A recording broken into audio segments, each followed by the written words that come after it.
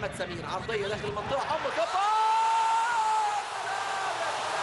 هو ده الكلام. يا سلام عليك 100 فرحت الاسماعيليه وكل الكره المصريه. يا سلام يا حمص، يا سلام يا حمص، يا سلام يا احمد يا سمير، يا سلام عرضيه عالميه وراسيه 100 وهدف يفرح اسماعيليه وكل الكره المصريه. يا سلام يا سلام، هو ده الكلام. افرحوا يا جماهير الاسماعيليه، عندكم حمص، عندكم حمص.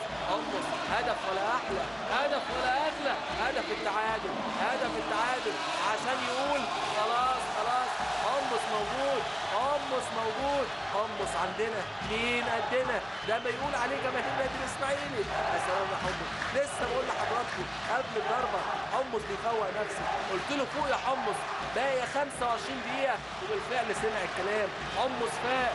ادي حمص قبل اللعبه لسه ما فيش ثواني فوق نفسه كده وعمل ضربه راس، وكانه بيتقمص دوره في مباراه ايطاليا وبيسجل هدف ولا اغلى لنادي الاسماعيلي. ادي بقى هدف التعادل، هدف التعادل. يا سلام يا حمص، عيد كمان وزيد، فرحه كبيره مفيش كلام.